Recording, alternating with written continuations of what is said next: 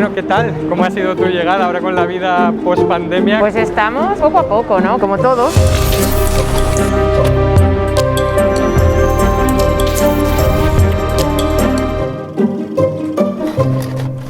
¿Qué es lo que tienes hoy? Cuéntanos tu agenda un poco. Tenemos un debate sobre una resolución sobre salud pública post-COVID-19. Que es algo en lo que has estado trabajando mucho. Sí, hemos estado trabajando mucho en muchas iniciativas. Hay también un debate sobre una resolución sobre la política de productos químicos. Es una resolución del Parlamento que quiere dar, digamos, orientaciones a la Comisión en su nueva estrategia de químicos. La semana que viene tenemos Comisión de Exteriores. Empezamos lunes, martes. También hay Comisión de Desarrollo, que yo también la sigo porque soy sustituto y en esa soy miembro del sustituto, pero bastante activa. Luego el miércoles tenemos Comisión de DROA, de la que soy titular, coordinadora de Renew Europe. Y el jueves hemos convocado a la delegación del Parlamento Europeo que tiene relaciones con el panafricano y yo soy la presidenta.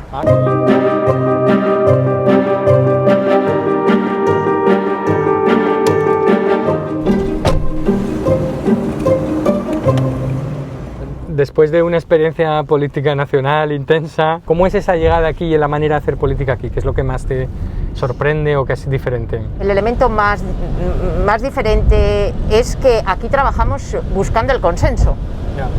En esta casa, no llegar a un consenso es un fracaso. Mientras que en la política nacional y en los últimos años más intensos en los que yo tuve un papel más relevante, era todo lo contrario. Intentar llegar a cualquier tipo de acuerdo era una muestra de debilidad y de cierto fracaso. Por lo tanto, es un trabajo mucho más constructivo. No hay forma de construir nada en Europa si no es a través del diálogo, el compromiso, el acuerdo. Y luego, en relación a la adscripción de grupo, pues estoy en un grupo, la verdad que el tercer grupo más importante de la Cámara, un grupo que cambió también de nombre con la llegada de una importante delegación, AMMAX, un grupo realmente que sí que te puedo decir que está haciendo un papel muy importante en este año de legislatura. La posición de Renew Europe es decisiva y por lo tanto la posición de Renew es definitiva. Eso también nos da una mayor responsabilidad y nos coloca en una posición de ser grandes hacedores de acuerdos. A diferencia de un partido político nacional y del trabajo en un congreso como el de los diputados, donde el grupo es muy homogéneo y hay una verticalidad, hay una disciplina de voto, hay una instrucción, supongo mucho menos debate, aquí se pasa muchísimo tiempo construyendo el grupo y la decisión dentro del grupo antes de salir y hacer cualquier cosa, ¿no? Claro, tienes que construir esos acuerdos entre distintas familias políticas, pero antes las tienes que amasar en tu propio grupo político. Eso también tiene una parte muy positiva y es la gran autonomía del parlamentario. Tienes que jugar mucho, tienes que entender a la gente, te tienes también que poner muchas veces en el lugar del otro compañero. Luego cuando llegas aquí al Parlamento hay como un menú inmenso, ¿no? O sea, hay cantidades enormes de temas y de trabajo. ¿Cómo te has configurado un poco? Porque aquí uno se hace a sí mismo, ¿no? Se coge diversas cosas, más o menos supongo que tienes cierta libertad por tu perfil, pero ¿cómo has construido el menú de las cosas y cómo asignas un poco tus tiempos a qué, ¿no? ¿En qué estás más, menos, con qué intensidades te dedicas a qué? Cuéntanos cómo te has construido la agenda, el perfil. Tu trabajo en cada comisión tiene que tener un cierto perfil, porque son muchísimos temas, no puedes estar en todos, pero sí que tienes que intentar tener un perfil para que en determinados temas pues la gente de tu grupo, la gente de tu comisión te mire, qué piensas, qué opinas. Yo estoy en la Comisión de Igualdad del Parlamento y ahí todo lo que he hecho, todo lo que estoy haciendo está relacionado con la violencia de género, en la lucha contra la violencia de género. Y estamos trabajando en todo lo que es la adhesión por todos los países de la Unión Europea del Convenio de Estambul. pero además también para pedir a la Comisión y al Consejo que aquellos países que lo han firmado lo implementen. Para quien no lo sepa, ¿por qué es tan importante el convenio de Estambul? Porque Estambul es el único instrumento jurídico internacional con el que contamos para luchar contra la violencia de género, contra mujeres y niñas. Es por lo tanto un compromiso en el que quedan por signatar algunos países de la Unión Europea. No es un instrumento de la Unión Europea, es del Consejo de Europa. Y por lo tanto hay muchos países fuera de la Unión Europea que han firmado y signatado. Nosotros queremos efectivamente que la Comisión firme como Comisión Europea, pero todos los estados, todos los 27, deben como mínimo firmar ese convenio, porque no es que sea lo más avanzado, pero es el único instrumento internacional. Ahora, como te decía, no es solo firmar, es implementar. E implementar la Convención de Estambul supone una visión integral de lucha contra la violencia de género, que incluye todos los servicios de persecución del delito, de atención a la víctima, de implementación de servicios sociales en la atención. Por lo tanto, es muy importante, es decir, que ahí esté la firma de todos los Estados miembros, el compromiso de la Unión con la Comisión para seguir trabajando. Tenemos pocos datos, los datos no son homologados, por lo tanto no pueden compararse porque no medimos las mismas cosas. Hay países todavía en estos momentos de la Unión Europea que la única encuesta fidedigna que tenemos sobre violencia, que es la encuesta de Eurostat, no tienen obligación de contestarla. Ese es un tema, es el caballo de batalla en el que estamos, que sea obligatorio. Ese es uno de los grandes temas. Y el otro en género es la trata de seres humanos. Y ahí estamos ahora haciendo un informe que creo que va a ser muy importante para la Comisión, para que, aprobada por el Parlamento, la Comisión tenga claros mensajes en la nueva estrategia sobre trata de seres humanos que piensa elaborar para el 2021. Y yo, en fin, hay muchísimas cosas que podría hablar de este informe, porque es verdaderamente sorprendente. En fin, no hemos avanzado nada, quiero decir que es muy negativo. La trata de seres humanos es un gran negocio y las mafias son grandes corporaciones, pero hay un elemento fundamental: más del 70% de la trata se dedica a fines de explotación sexual, y el 90% de las víctimas destinadas a explotación sexual son mujeres y niñas. Claro. Y resulta que nos encontramos con que el elemento de género no está presente ni en la estrategia ni realmente en los convenios internacionales de los que nos hemos dotado para luchar contra ello.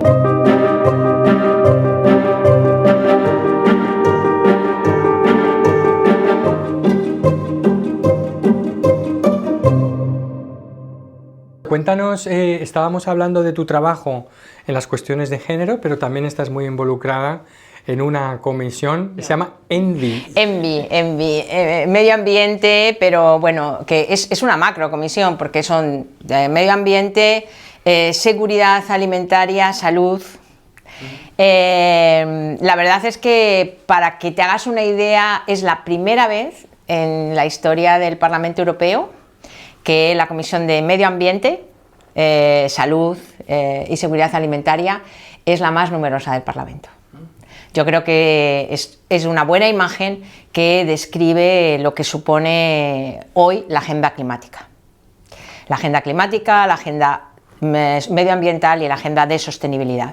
De hecho, antes de la pandemia, realmente la agenda política de la Comisión era el Pacto Verde. El Green Deal, con un compromiso político muy importante de la presidenta de la Comisión y con dos vicepresidencias muy fuertes. Por un lado, el encargado de toda la coordinación de políticas energéticas, cambio climático, sostenibilidad, Timmermans, y Vestager con toda la agenda digital e innovación, sin la cual no es posible conseguir ninguno de los objetivos de descarbonización en los que la Unión Europea no solo está comprometida, sino que quiere liderar.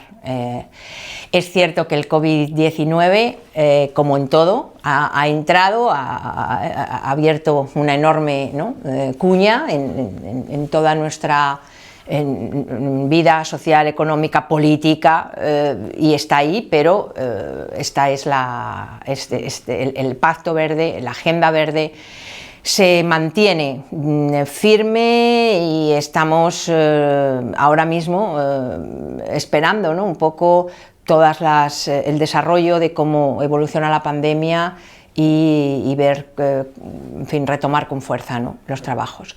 En esta comisión hemos trabajado muchísimo durante estos últimos meses en los temas de salud. Para que te hagas una idea, al principio salud era un poco como una María, para que nos entendamos. ¿Por qué? Porque la comisión no tiene competencias y sin embargo llevamos todos estos meses trabajando fundamentalmente en salud. A la Unión Europea se le dijo que había llegado tarde a esta pandemia en el ámbito sanitario y efectivamente llegó tarde porque no tenía competencias para ello, y donde sí tenía competencias, que era en protección civil, en un mecanismo de respuesta ante catástrofes, rescue, estábamos muy desengrasados. Entonces hemos trabajado mucho durante estos meses para, primero, que se refuerce el mecanismo de protección civil. Segundo, para que trabajemos de forma clara en una reserva estratégica de medicamentos. No es posible que todas las patentes, básicamente el 80% de las patentes de medicamentos estén en la Unión Europea y no produzcamos un paracetamol, o no tengamos un EPI de protección, o no produzcamos una mascarilla. Esa es una gran lección que nos ha dado esta crisis y de la que tenemos que aprender, y en ese sentido ha habido una buena agenda. Y luego, por otra parte, reforzar las competencias en salud de la Comisión. Es competencia nacional, pero las crisis sanitarias transfronterizas desgraciadamente van a estar presentes. Hay una lección que hemos aprendido, y es que no podemos gestionar el COVID-19 como si fuera la última crisis, porque desgraciadamente después de esta vendrán más. La zoonosis, el salto de determinados de virus de los animales a las personas, desgraciadamente vemos también que en un planeta donde la biodiversidad y los ecosistemas están muy degradados, pues tienen un entorno, un contexto mucho más fácil para repetirse, para producirse. Por eso, esto que la OMS durante mucho tiempo nos ha venido diciendo, una sola salud. No es posible tener ciudadanos sanos en un planeta enfermo. Es hoy más real que nunca, más visible para muchos ciudadanos y ciudadanas europeas que pensaban que las crisis sanitarias, las emergencias sanitarias eran cosas de otros sitios, que el deterioro del planeta era algo que sucedía en otros lugares, y no, sucede aquí, y lo que sucede en un ecosistema pues nos sucede a todos. Y luego en alimentación tenemos la paradoja de combinar pobreza y obesidad, diabetes, hipertensiones, enfermedades asociadas al exceso o a la mala alimentación más que al defecto o a la carencia, ¿no? Tanto aquí como y exportamos ese modelo, ¿no? O sea, eso también, todo el tema de la alimentación es algo que... 33 millones de ciudadanos europeos no pueden tener al día una dieta equilibrada, no pueden comer 3 veces adecuadamente los nutrientes que necesitarían, 33 millones, y sin embargo desperdiciamos toneladas y toneladas de comida. Efectivamente, el problema del hambre y de la malnutrición no es un problema de falta de alimentos, sino de falta de derechos, y creo que en la Unión Europea, donde todo el mundo sabe que no hay escasez de alimentos, cuando hay 33 millones de personas en esta situación, estamos claramente situando el problema. En este sentido, creo mucho en la estrategia de la granja a la mesa, y me parece que también que va a trabajar en este ámbito, en la reducción de residuos, en, desde luego, dietas mucho más saludables, como tú muy bien has dicho, la obesidad y la malnutrición, niños que hoy, desgraciadamente, en el Sahel se están asomando a lo que llamamos ya la última alerta, que es la hambruna, ¿no? con niños claramente obesos, en muchos se dan en el mismo sitio, en países pobres. En este sentido, seguridad alimentaria, dietas adecuadas y luego etiquetado. Yo creo que el etiquetado es fundamental. En general, en todo, pero sobre todo en la comida. El etiquetado además es dar valor al ciudadano. Cuando el ciudadano tiene un etiquetado claro, sabe cómo se ha producido, qué, dónde, cómo, cuáles son los nutrientes, las proteínas que tienes, estás empoderándole, estás dándole valor. Por eso el etiquetado, más allá, ¿no?, de lo que tiene la seguridad alimentaria, que es necesario, es también muy importante desde el punto de vista de los derechos y libertades de la ciudadanía. Cuéntanos un poco en qué aspectos, ¿no?, aquí desde el Parlamento Europeo intentas involucrarte en toda esta parte de internacional, de desarrollo, pero también de derechos y de medio ambiente. Pues mira, trabajo fundamentalmente en el ámbito de desarrollo con África, porque en el Parlamento Europeo existen distintas delegaciones parlamentarias que tienen su contraparte, ¿no? Y hay una delegación, que es la delegación del Parlamento Europeo con el Panafricano, que es el órgano legislativo de la Unión Africana. Digamos que realmente África está siguiendo un poco lo que hicimos desde Europa, ¿no? Crear una Unión Africana, y tiene sus tres ámbitos. Tiene una comisión de la Unión Africana, tiene el Consejo formado por los jefes de Estado y de Gobierno y tiene un Parlamento africano, que es el Panafricano. Yo presido esa delegación desde el Parlamento Europeo, por eso digamos que mi foco de trabajo está realmente con África. Teníamos este año grandes prioridades, que es la nueva agenda, la nueva estrategia Unión Europea-África, que la presentó la Comisión al principio, con una visión, digamos, mucho más de relaciones entre iguales, tratando al continente africano con Unión Europea en una relación de igualdad y de grandes oportunidades. Una agenda, una nueva estrategia centrada en agenda digital, en agenda verde, cambio climático, energías renovables, agua, sostenibilidad y derechos e institucionalidad democrática. Teníamos dos grandes hitos, que era una reunión del Panafricano y el Parlamento Europeo, y luego la cumbre Unión Europea-Unión Africana, que será para octubre. Vamos a ver cómo se puede desarrollar. Y la verdad que bueno, África es un gran continente, tiene enormes problemas de pobreza, de problemas económicos, pero tiene enormes potencialidades. Es un continente del que conocemos muy poco, porque siempre tenemos unas noticias muy parciales, muy marginales, sobre la gente que huye de la pobreza, sobre golpes de Estado, problemas de asistencia humanitaria en casos muy concretos, pero luego no conocemos nada de lo que pasa al margen de eso, y pasan muchas cosas en África. Es una sociedad muy joven, es una sociedad muy viva, sí que muchos países han avanzado de forma importante en materia educativa, en materia económica, y necesita mucha ayuda, pero tiene enormes potencialidades. Europa necesita estar más cerca de África. Nos preocupa muchas veces qué hace China en África, cuando lo que realmente nos tiene que preocupar, qué hacemos nosotros y cómo realmente somos capaces de establecer relaciones distintas con un continente donde todavía la huella de la colonización es muy presente.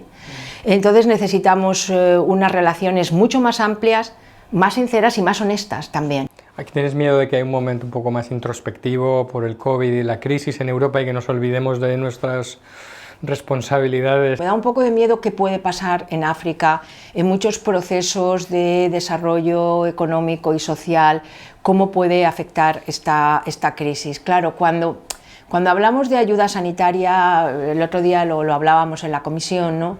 Tenemos que pensar que si sistemas sanitarios como el del español, ¿no?, que decíamos que era un sistema el mejor, no sé si es el mejor, pero es un buen sistema sanitario, es un sistema sanitario bueno, sólido, fuerte, avanzado, ha colapsado, hemos tenido problemas de enorme estrés en nuestro sistema. Pensemos en República Centroafricana, por ejemplo. ¿Cuántos respiradores hay? 5 Hay 5 respiradores en el país. O sea, hablando con nuestros compañeros de República Centroafricana, que tal, necesidades sanitarias, tenemos una lista, 5 respiradores. Liberia, ¿cuántos hospitales públicos? ¿Con cuántos? Quiero decir que me da mucho miedo.